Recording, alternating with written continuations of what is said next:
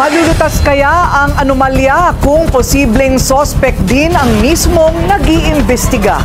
Sa pagsusuri ng Bilyonaryo News Channel, ang kontraktor ng bilyong pisong kontrata sa Surigao del Sur, kung hindi kongresista, kaalyado naman nila. Narito ang exclusive agenda report ni Joash Malimban.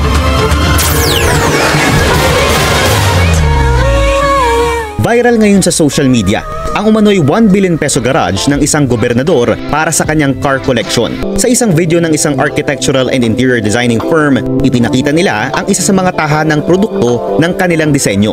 High class ang pagkakagawa mula sa loob ng gusali hanggang sa loob nito. Pero ang pinakakapansin-pansin ay ang hindi bababa sa 8 luxury cars na makikita mo pagpasok mo rito. Ano gusto mong car dito? Pili ka na. Ako?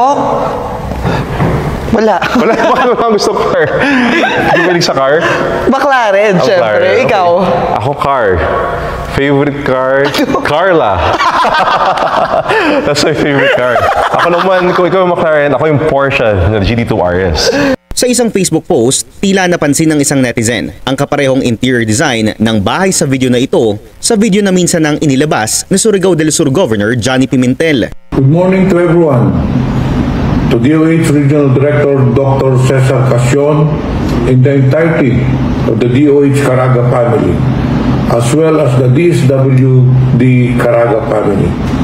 Allow me to congratulate you in today's launch of the Philippine Multi-Sectoral Nutrition Project. Ayon sa post, gawa umano sa haligi ng korupsyon at kasakiman ng nasabing property. Wala pang tugon si Governor Pimentel sa post na ito sa kasalukuyan. Isang bagong post ang lumitaw, isang araw matapos lumabas ang video. Ipinost naman ng isang social media user ang umano'y construction firm na pagmamay-ari mismo ni Governor Pimentel, ang JNA Pimentel Construction. Ayon sa Philippine Contractors Accreditation Board o PICAB, kumpirmado na ang authorized managing officer ay walang iba kundi si Governor Johnny T. Pimentel. Sa pagsusuri ng Bilyonaryo News Channel, napag-alaman namin na ang kumpanyang ito nakakubra ng 9 na proyekto sa nasasakupan mismo ni Gov. Mula 2016 hanggang 2020, naaabot ang halaga sa 480.5 million pesos. Sa mga panahong ito, naupo siya at ang kanyang dalawang kapatid na sina Vicente Pimentel Jr. at Alexander Ayek Pimentel sa pagka-governor. Nagpalitan din sila ni Ayek sa pagka-congressman ng 2nd distrito ng Surigao del Sur.